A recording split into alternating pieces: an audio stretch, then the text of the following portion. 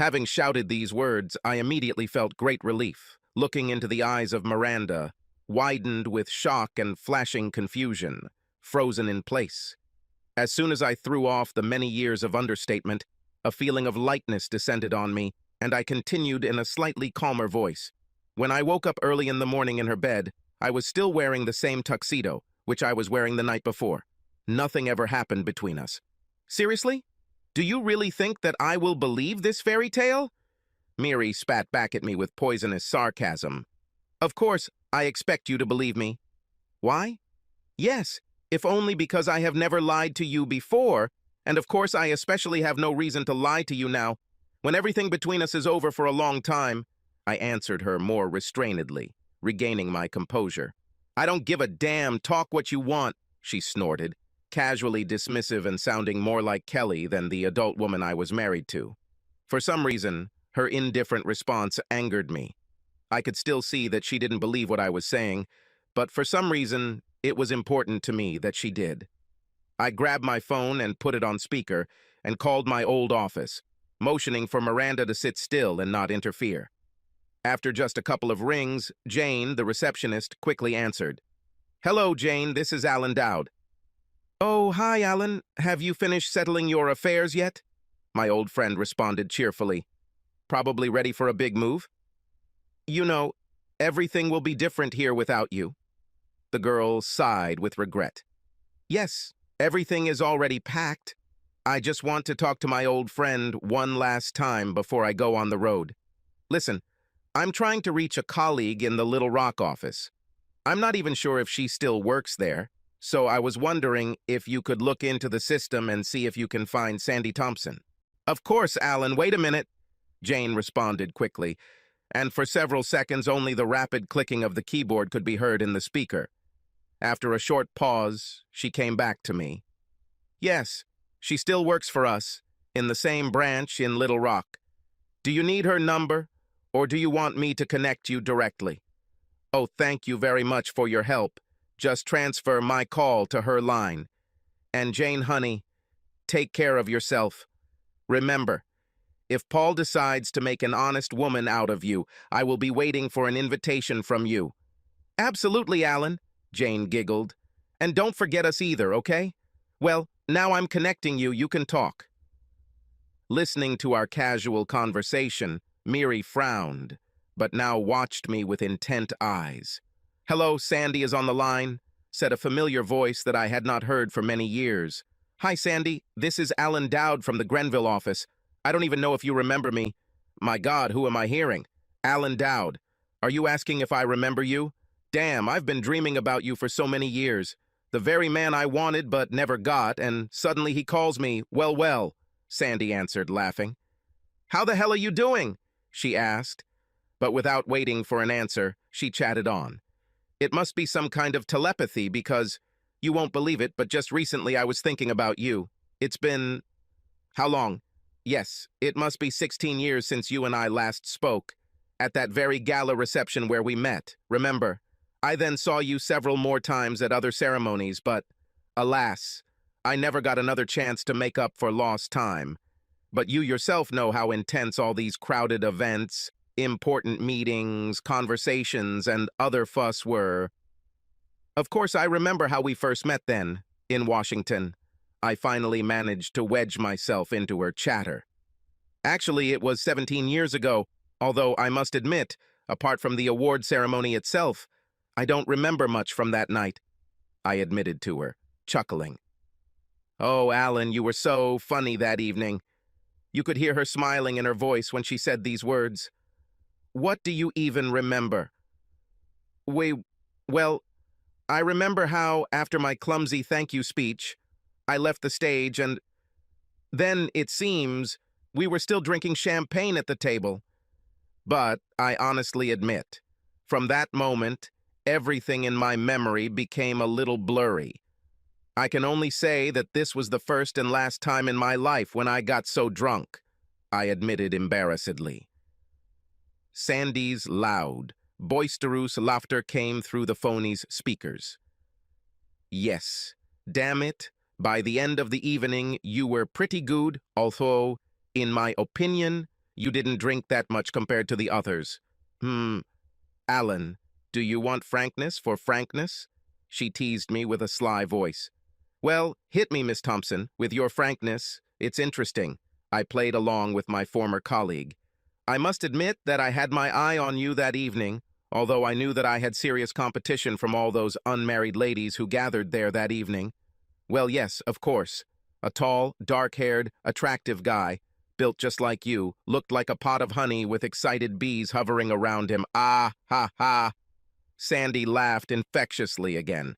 I joined her, glancing sideways at Miri, who, listening to Sandy's babbling revelations, pursed her lips in hostility, twisting them into a rather sour grin. When I dragged you to dance, then, quite by accident, I swear, I slid my hand there, below, and felt how, he, big and hard you are. It's getting a little hot here. Ah ha ha. Yeah, and then I almost fainted because of it. True, being called Miri all evening was a little unpleasant, but at least it showed me how much you loved your wife.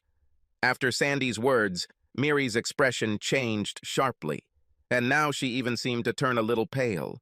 Around 11, you once again muttered, "Miri, dear," and then just passed out in your chair.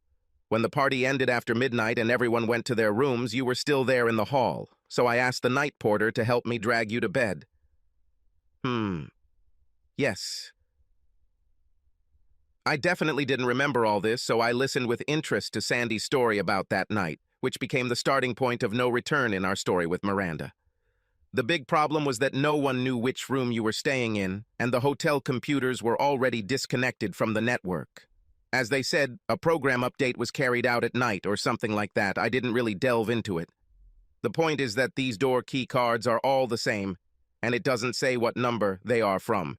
In general, the only reasonable solution at that time was to put you in my room, and believe me, this in itself turned out to be a difficult task for such a big guy as you were, and even barely moving your own. He. Members. There was a pause on the phone. Only some slight rustling was heard in the speakers. After a few seconds, Sandy spoke again. Sorry, I took a couple sips of water, but while I was chatting with you, I got a fever, and my throat was dry with all these memories, she admitted with a laugh. So where did I stop there? Oh, yes. You finally ended up in my room. Well, I have to admit that at that moment I was ready to get a little naughty, she said in a rather embarrassed voice. I already said that I accidentally felt your, unit when the receptionist and I were trying to drag you onto the bed. It was just a casual touch, but I immediately realized that you were not only tall, but also something of a decent size. Well, you know what I mean? She sprayed into the phone again. To my regret, you almost passed out while we were dragging you into the room, and then you immediately collapsed on the bed, muttering something inaudibly. You know, even though I wanted you, Sandy sighed, but doing something with an almost insensitive body, this, in my opinion, is somehow piggish, and generally not in my rules. Be that as it may, I myself was a little drunk that night and very horny, so I stripped naked and lay down next to you, hoping that when you open your eyes and see me, it will surely seduce you. Well, she sighed involuntarily again. It's obvious that this trick of mine never worked, because when I woke up in the morning, there was already no trace of you, and no one there saw you until the end of the weekend, no matter how much I asked. So all I can say, Alan, is that your wife must be a very lucky woman. Miri, her eyes widening in shock, covered her mouth with both palms, and the enormous scale of what she had done struck her like thunder. I honestly admit that at that moment, I did not have any sympathy for my ex-wife, because the root cause of the entire disaster of our marriage was her own hasty actions and arrogance. The subsequent cold-blooded planning and years of calculated scheming aimed only at getting revenge on me prove it that I did not actually know the real Miri. Oh, about that, I responded. Now she is already my ex-wife, and if I then knew what I know now, I think I would have agreed to your tempting offer, I answered Sandy, chuckling. She laughed loudly. Well, honey, you're about 7 years too late if you were hoping to restore our connection. Now I am a very happy married woman with 2 wonderful children. I continue to use the last name Thompson in the office because all my clients know it and are used to it. Well, actually, officially, I'm Sandy Roberts. I met Robert 8 years ago, and he was the first after you who managed to find a way to my heart. At these words, a wrinkle appeared on Miri's tense forehead. She squeezed the edges of the table with her fingers, and her face was distorted in a pained grimace. With a fixed gaze, she stared at the phone lying in the middle of the table, as if the head of a viper was swaying in front of her, ready to pounce. Looking into Miranda's face, I was puzzled, because I did not understand her reaction. By the way, it's because of Rob that I thought about you, buddy. Isn't it weird?" she said, laughing. "Well, the thing is that his older brother Dan is getting married in a couple of weeks, and his fiancée, named Andy, like you, has the last name Dowd. So I wondered if she was your relative, because you are the only person named Daoud among the people I know. Well, now I understand Miri's reaction. I can't say that now, among my relatives, there is someone named Andy," I said with a fair amount of irony, looking at Miri, although in fact, I remember that the only relative I knew with such a name was still in high school. It was so long ago that I almost forgot about it. Oh, by the way, I remember that she hated being called that so much that she would just get mad and scream like crazy because she thought people would mistake her for a guy. I grinned, looking meaningfully at Miranda, who blushed like a boiled crab, looking away and pursing her lips in shame. I really didn't know the real her anymore. Come on, come on. No one would mistake Andy for a guy now. She's gorgeous. She has amazing children, Kelly and Luke, who are now in college. Kelly and Dan's daughter, Cassie, are best friends and share a room in Florida. They were both bridesmaids in my wedding, and Luke was Rob's usher. He did a great job preparing the ceremony and entertaining the guests. Yes, a great guy, let me tell you. Over the years, we spent Christmas and Thanksgiving several times with Dan, Andy, and her children. Rob once told me that they dated and interacted closely on and off for 13 years. Can you imagine? That short statement told me so much. This proved that Miri's parents certainly knew what was going on between Miri and Dan and always had her back. When my wife was away from home, I would always call her, and they would make all sorts of excuses for her as to why I couldn't talk to her directly. And soon after, Miri would call me back. As I pondered Sandy's last words, mechanically assenting to her, suddenly her tone of voice became more serious, and she began to speak a little more quietly. Actually, Alan, to be honest, I don't think they should get married, because even if they go for it, their marriage will be doomed in advance. Yes? I was surprised. Why do you think so? What could stop them, since they have been together for so long? Miri, as a directly interested person, was even more amazed than I was. Her eyebrows flew up, her mouth parted, and she tensely leaned forward. Lord, Alan, because they are both serial traitors. I mean, Dan also cheated on his first wife, Lisa, with Andy. I don't know how, much less why he did it, because Lisa, I assure you, was also stunning, although I never actually met her, but I saw her photographs. Anyway, Andy and I had a candid conversation about this one day, and she told me that her husband and children understand that she has a husband at work and a husband at home. She said that she divided her time between the two of them, while her house husband had something similar with the woman he worked with. Can you imagine such a relationship? Yeah, I mumbled, unsuccessfully trying to catch Miranda's stubbornly elusive gaze, who was looking anywhere but into my eyes. A ripe beet could envy the deep brightness of the color of her cheeks, neck, and even part of her chest, which was now heaving intermittently. I made sure to make it clear to Rob that I would not hesitate to rip out his belongings if he ever even thought about such a thing. Sandy shared with me her uncompromisingness in this matter with threatening confidence. And then she simply and unpretentiously detonated a bomb, dropping a damaging weapon directly on my ex's head, although Sandy herself did not even suspect it. Well, Dan still has someone on his side despite his relationship with Andy. This is kind of his thing. I think that this dog always had an alternate airfield. she snorted.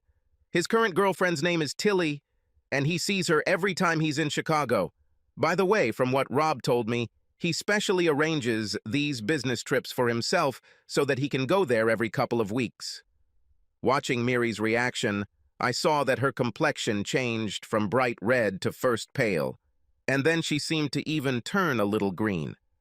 Leaning onto the table, she silently gasped for air, and it seemed that just a little more, and she would vomit right on the spot. Sandy continued to animatedly post the latest news from my former best friend's shithole. I don't think they would have gotten married at all if his bosses hadn't directly ordered him to make Andy an honest woman after her real husband sued the company when she divorced him. Can you imagine, Alan? Her house husband had a completely different understanding of this relationship, and he did not put up with all this chaos. There are still normal men, right? Rob told me in confidence that his company had to fork out a significant amount of money to hush up this matter. 100 pieces. Thank you very much. I thought to myself, and in addition, they gave Dan an ultimatum. He must correct the situation so that everything is covered, otherwise they will show him the door. How do you like it? Not the best basis for starting a life together, is it? Continue to bang on the side of your bride, and at the same time look into the barrel of a double-barreled gun pointed at her face. Miri jumped up, knocked over a chair, and, stumbling, rushed into the bathroom, and within a few seconds, I heard her throwing up inside out. I can't blame her for this. After everything she heard today, her cozy little world that she had built so long and carefully turned upside down and was literally flushed down the toilet. Honest, loving, and loyal, Dan turned out to be a fake, but that, fortunately, was no longer my problem. I chatted with Sandy for a few more minutes, during which she told me with love and pride in her voice about her children, and also asked me what I was going to do now. I told her that, on the recommendation of my former company, I was already applying for a job in a branch of an insurance company, whose office was located not far from my mother's house. True, instead of the usual insurance sales, I was offered to investigate suspicious insurance cases, and for me this was a very interesting area and a new challenge in my career. The money would not be the same as what I earned before, but it would still more than cover my needs. Among other things, my new position came with a personal office and a personal assistant, so in terms of work, I was back on the horse and looking to the future with cautious optimism. Miranda returned, exhausted, clutching the walls as I ended my conversation with Sandy, exchanging numbers and promising to keep in touch from time to time. After saying goodbye to Sandy and pressing the end button, I looked at Miri. My ex-wife was clearly not in the best shape. Her face was wet, pale, and miserable, and most of her expertly applied makeup was either smudged or simply disappeared. Now Miranda looked as if she had aged many years in just 15 minutes. "To me so pitiel," she sobbed, collapsing powerlessly into a chair and dropping her head on her outstretched arms. This time, I really believed her. "Me too, Miranda. Me too.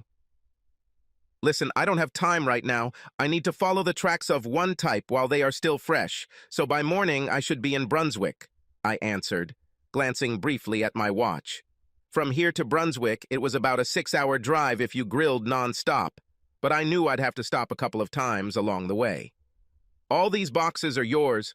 They contain all the clothes, photographs, and other junk that you left." I waved my hand towards the packages piled up in the corridor next to the entrance. "I was going to send them to you next week, but since you're here, I can help by throwing them in your car if you want," I suggested to her in an even voice, out of the indestructible politeness instilled in me by my parents and remaining indestructible. "Actually, can I ask you a big favor?" she muttered quietly, not even having the courage to look me in the eyes as she spoke. Can I stay here for the night? I don't think I could go back home. There right now." I thought about it for a few seconds, jingling the set of keys on my finger, and then unhooked a couple and placed them on the table in front of her. "What the hell? Why not? Here are your keys and flag in your hands. Stay. But when you leave, You will have to leave them in the office of the real estate office, I warned Miri. The new tenants will arrive on Monday, so you have a whole 9 days at your disposal, if, of course, you need them. This Sunday people will come here to help me take unnecessary things to the landfill and clean my apartment. Utilities will continue to provide their services until Monday. Finally, I looked around the room again and mentally slapped myself on the forehead. Walking over to the mantelpiece, I picked up a greeting card that had almost been left there from my caring colleagues from my previous job. In my new place, I will continue to be warmed by the friendly sincerity and warmth of their hearts. Now all that remains is to say the last goodbye to your ex. Okay, it's all over now. Take care, Miri. I really have to go. Goodbye. I hope we never see each other again. As I walked out, I turned around and took one last look at the one I once loved with all my heart. All that remains in my memory is the hunched shoulders of a broken woman sitting at the table, trembling with painful sobs. Subscribe to our channel so that your second chaff doesn't cheat on you, and go ahead and listen to the next story, because this story is nothing compared to the next one.